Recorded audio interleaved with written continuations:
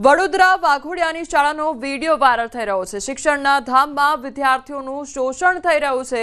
શાળામાં શિક્ષણની જગ્યાએ મજૂરીના પાઠ ભણાવવામાં આવી રહ્યા છે।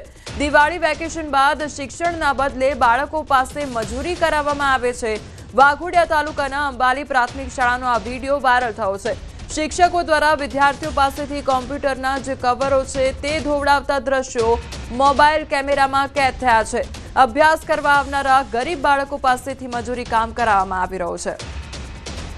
સંવાદદાતા હાર્દિક અમારી સાથે જોડાઈ ગયા છે। હાર્દિક, જે બાળકો શાળામાં ભણવા માટે જતા હોય છે તે બાળકો પાસે અહીંયા કામ કરાવવામાં આવી રહ્યું છે, આ કયા પ્રકારનું ભણતર અહીંયા જોવા મળી રહ્યું છે? બિલકુલ, જો આપણે ખાસ કરીને વાત કરીએ તો કોઈ ગરીબ પરિવાર હોય એની એક ઈચ્છા હોય કે તેનું બાળક ભણી ગણીને આગળ વધે, અને જ્યારે ખબર પડે કે જે શાળામાં અભ્યાસ માટે જાય છે, શિક્ષણના પાઠ ભણવા જાય છે, ત્યાં તેને શિક્ષણ નહીં પરંતુ મજૂરીના પાઠ ભણવામાં આવી રહ્યા છે, ત્યારે એ બાળક પર અને જે માતા પિતા છે તેમના પર શું વીતતી હશે તેનો આ દ્રશ્યો જોઈને એક અંદાજો જે છે તે લગાવી શકાય તેમ છે।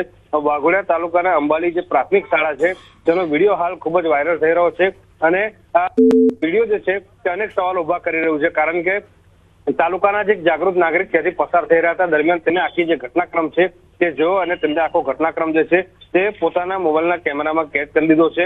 આ દ્રશ્યોમાં જોઈ શકાય છે કે જાણે મજૂરો કડિયા કામ કરતા હોય અને તેમની પાસે જે રીતે તગારા જે છે તે ઉચકવાની કામગીરી કરાવવા પ્રકારનું કામ જે છે તે નાના ફૂલ જેવા બાળકો પાસે કરવામાં આવી રહ્યું છે। ત્યારે જિલ્લાનું જે શિક્ષણનું પ્રશાસન છે તે શાળાના જવાબદાર લોકો સામે, આચાર્ય સામે કડકમાં કડક કાર્યવાહી કરે તેવી વાઘોડિયાના જે સ્થાનિક લોકો છે તેઓની અંદર માંગ ઉઠી છે। કોમલ, જે હાર્દિક, આજે અંબાલી પ્રાથમિક શાળાનો વિડીયો વાયરલ થયો છે, શું ત્યારબાદ કોઈ પણ વાલીઓ દ્વારા ત્યાં આગળ કોઈ વાતચીત કરવામાં આવી છે, અથવા તો વાલીઓ એકઠા થયા હોય તે પ્રકારની કોઈ ઘટના સર્જાઈ છે?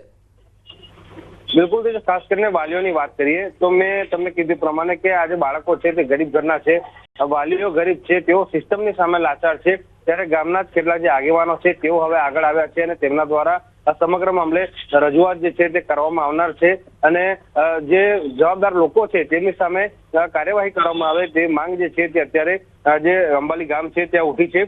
ત્યારે ચોક્કસથી હવે કયા પ્રકારની કાર્યવાહી કરવામાં આવે છે વાયરલ વિડીયો બાદ તે જોવું રહ્યું। જે હાર્દિક, સમગ્ર માહિતી બદલ આપનો આભાર।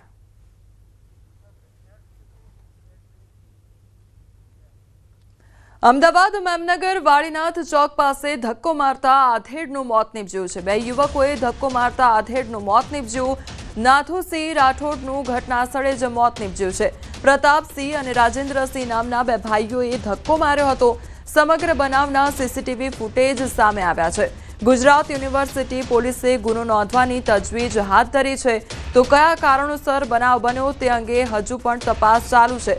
પરિવાર મૃતદેહ સાથે યુનિવર્સિટી પોલીસ સ્ટેશને પહોંચ્યો હતો અને તેમના દ્વારા સતત તપાસની માંગ પણ કરવામાં આવી રહી છે। તો વાડીનાથ ચોક પાસેની આ ઘટના સામે આવી છે કે જ્યાં ધક્કો મારવાને કારણે જે મૃત છે તેમનું મોત નીપજ્યું છે, તો સમગ્ર બનાવના સીસીટીવી ફૂટેજ પણ સામે આવ્યા છે।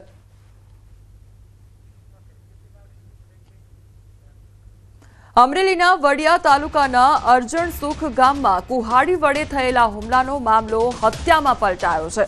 ઘટનામાં દિનેશ સોલંકી નામના વ્યક્તિ પર તેના શાળા સહિત અજાણ્યા ઇસમોએ હુમલો કર્યો હતો, જેમાં કુહાડી વડે તેના બંને પગ કાપી નાખવામાં આવ્યા હતા।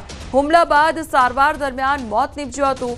તેઓ ગોંડલથી અરજણસુખ ગામમાં સગાને ત્યાં આવ્યા હતા ત્યારે આ ઘટના સર્જાઈ હતી। હાલ વડિયા પોલીસ સ્ટેશનમાં હત્યાનો ગુનો નોંધીને તપાસ હાથ ધરવામાં આવી છે। આરોપીઓને ઝડપી પાડવા માટે અલગ અલગ ટીમો બનાવીને કવાયત હાથ ધરવામાં આવી છે।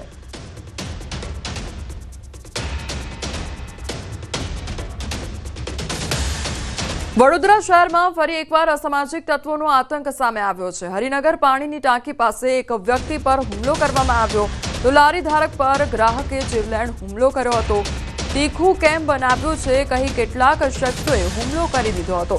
લારી ધારક ગંભીર રીતે ઘાયલ થતા ગોત્રી હોસ્પિટલ ખસેડવામાં આવ્યો, તો અકોટા પોલીસે ગુનો દાખલ કરીને વધુ તપાસ હાથ ધરી છે।